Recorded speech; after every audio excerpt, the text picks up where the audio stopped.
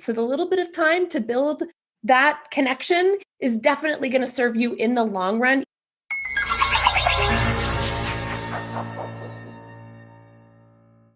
Hello, everybody, and welcome to DocWorking, the Whole Physician Podcast. I'm Jill Farmer, one of the lead coaches at DocWorking.com, and we are so excited you're with us here today.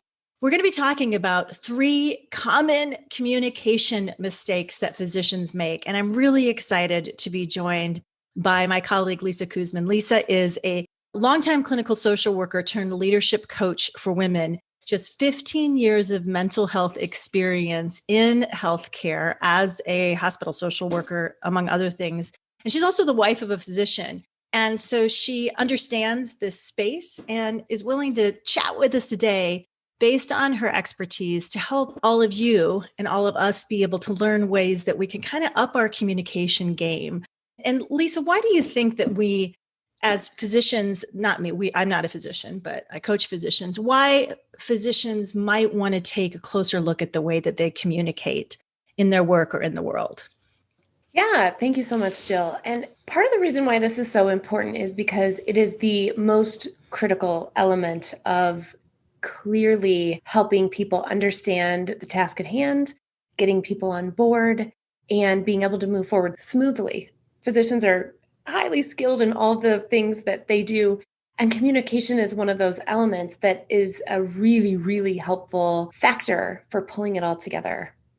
Yeah. And I hear it all the time from my clients. It can be a challenge. It's like, wait, I didn't want this outcome that I have in this, whether it's a colleague relationship, sometimes even personal relationships or a work situation. And I think a lot of that boils down to the first mistake we're going to be talking about here that you've identified, which is sort of underestimating the big picture. Or the first mistake we're going to talk about that physicians make is underestimating the big picture. What do we mean by that? Yeah, what I mean by that is in any given situation, you have your environment, right? So you have all the people in the environment, including you and your patient or the nursing staff or other auxiliary staff around you. Outside of the environment, you have the task at hand. You have however much sleep you got or didn't get, whatever may or may not be going on for the other parties involved, right? Everybody comes with a different perspective when it comes to communication. And it can be really easy to arrive in a conversation and only think about it through your own lens. It's supernatural. Obviously, that is the way that most of us do approach communication. But there can be a lot of cues in the environment if you just expand your lens out a little further to look at the whole big picture, including aspects for yourself and the other parties involved, and then even the environment. And it doesn't have to be a super in-depth thing. It can take 20 seconds of consideration. It doesn't have to be a big, huge extra task. But that can be an extremely helpful component for being able to shift and maneuver your way into or through a communication to make it go more smoothly. So an example might be somebody who, if you're in a hurry, you're backed up, your time you run in, you're just like there to deliver information, and it can backfire because people will tell you later they didn't hear or understand what you said. And so would you say like the technique for being able to help avoid this mistake, as you said, to sort of take in the bigger picture, is it just to pause and, for instance, look at everybody in the room in the eye for a second? Is that a good way to take that temperature, so to speak, of what the environment is to help you calculate a better way for you to say what it is you need to say to get the outcome that you think is going to deliver the most help in the given situation? Yeah, Jill, I think a quick pause is super helpful. I think the other thing is even just like slowing down a touch, right?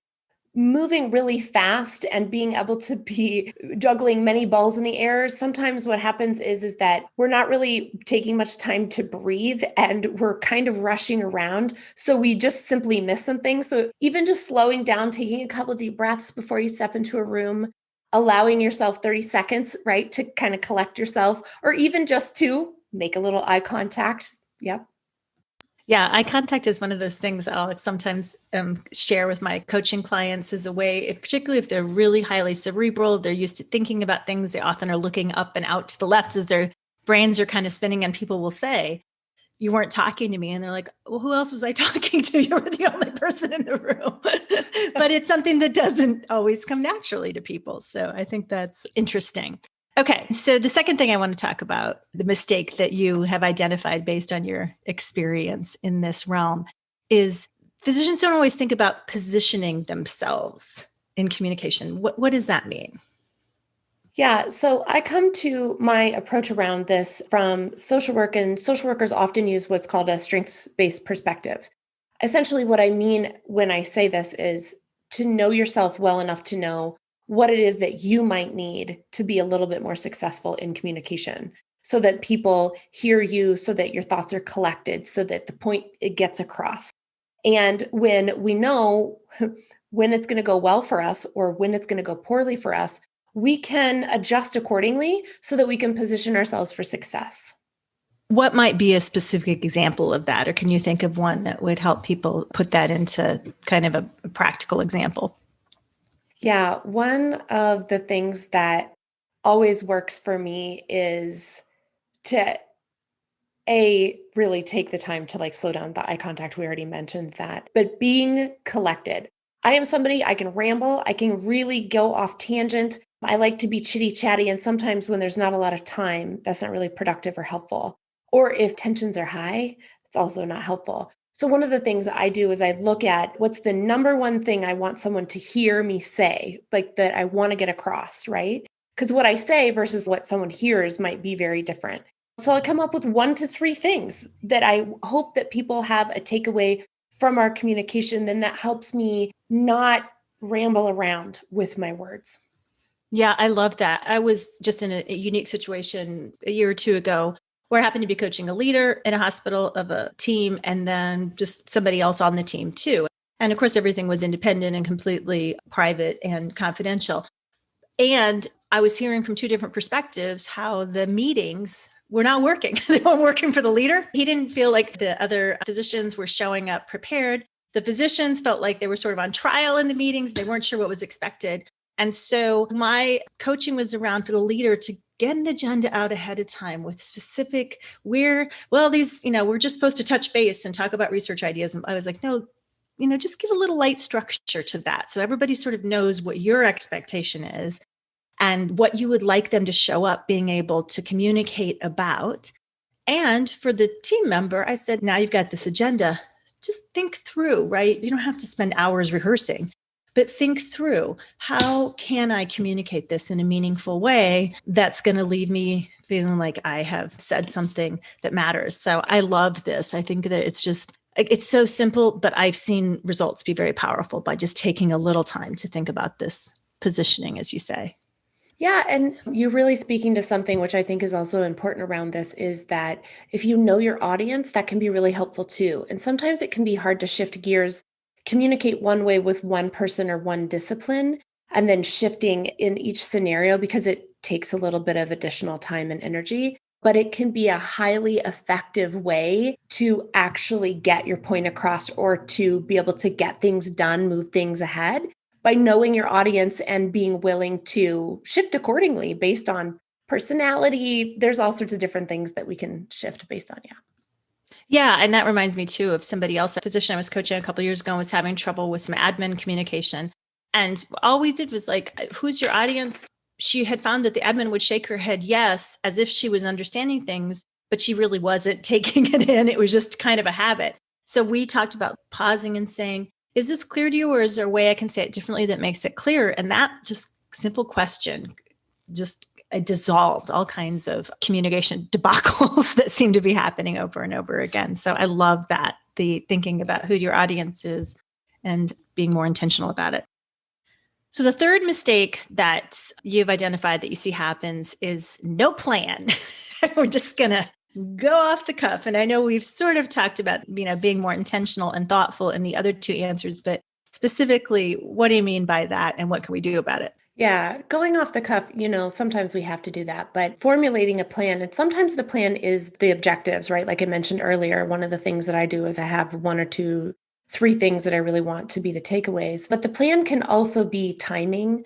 It can be thinking about how you adjust what you're going to say based on who you're talking to or what is being addressed, right? That plan piece just even taking 5 minutes to think through a few factors that are a part of that bigger picture. And as you can tell, like you can layer these things, right? So each of the things we're talking about today, you can layer them together to even have more of an impact. Mm-hmm. Yeah, for sure. That reminds me of a situation not too long ago where a client was really frustrated with the manager relationship and just was feeling not seen. And what we discovered is the way that the communication had been happening was she would get so frustrated that while she was frustrated, she would go and address things in what the manager was perceiving as a defensive and whiny way. And that made her feel very unheard. And as you can tell, as with your therapist background, we were in a dance, right? And so planning out the communication, as you said, timing, so key. Process those feelings. All feelings have a right to life. It's not that you stuff down the feelings of frustration, but waiting to process those feelings so that she wasn't in an active, frustrated state when the communication happened.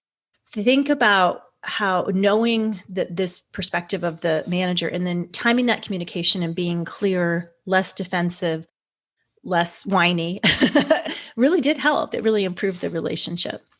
Yeah, and I think planning, especially in really heightened situations, can be extremely effective. And I think that physicians are prepared to do this because of the way in which they have to present information to other physicians for case management, especially in the training roles, right? So I used to be on a ethics committee and we discussed lots of really challenging things. And each person had a different position and a different input. And I mean, we were, ethics committees, the nature of that, some of the discussions itself is really challenging.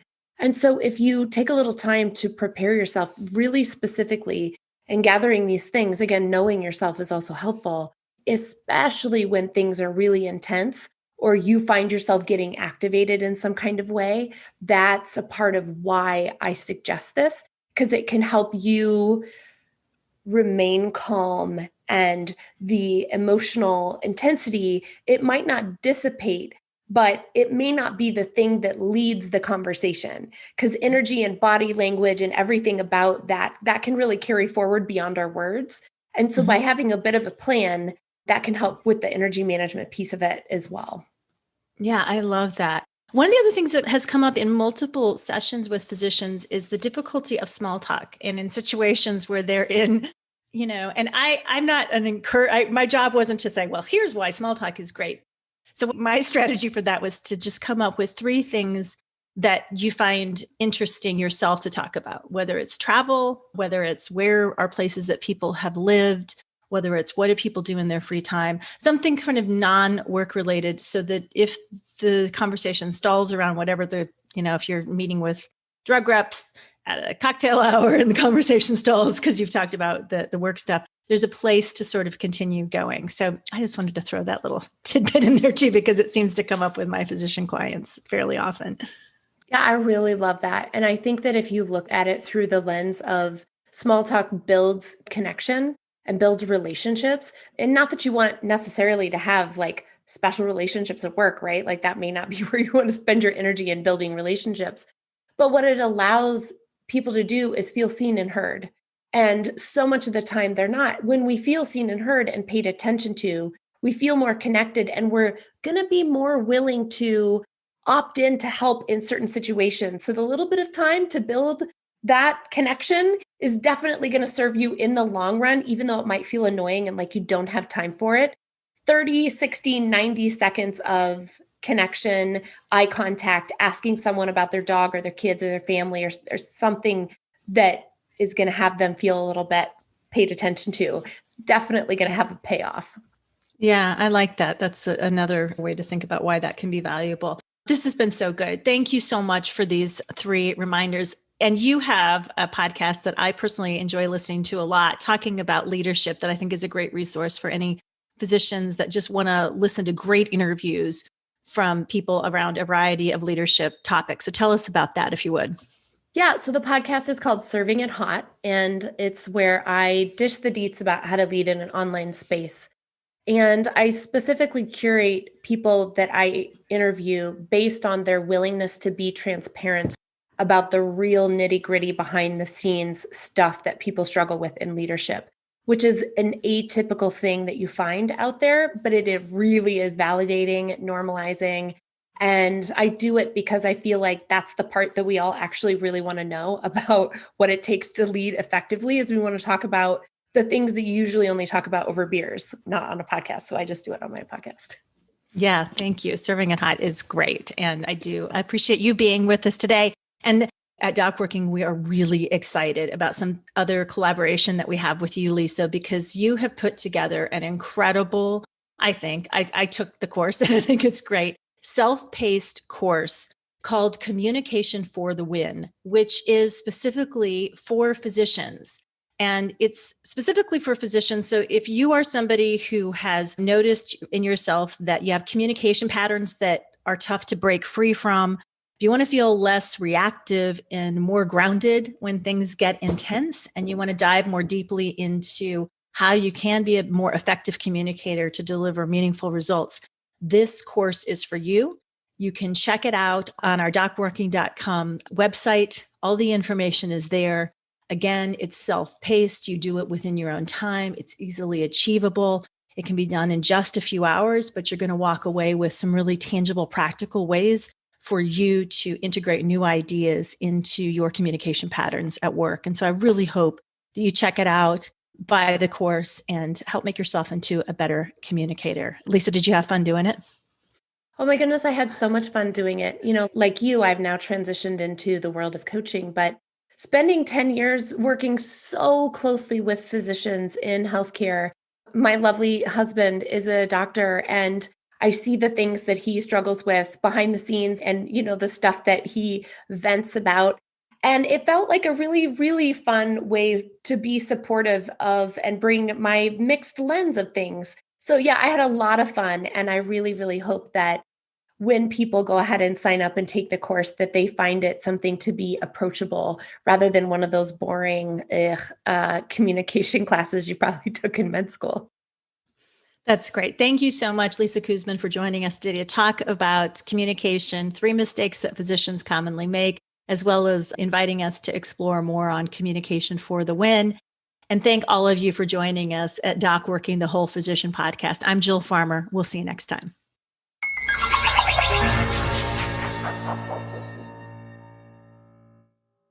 Hello, and thank you for listening. This is Amanda Taryn. I'm the producer of the DocWorking podcast. If you enjoyed our podcast, please like and subscribe. We would also love it if you checked out our website, which is docworking.com. And you can also find us on YouTube, Facebook, Twitter, and on Instagram. On Instagram, we are DocWorking1, and that is with the number 1. When you check us out on social, please let us know what you would like to hear on the podcast. Your feedback really means a lot to us.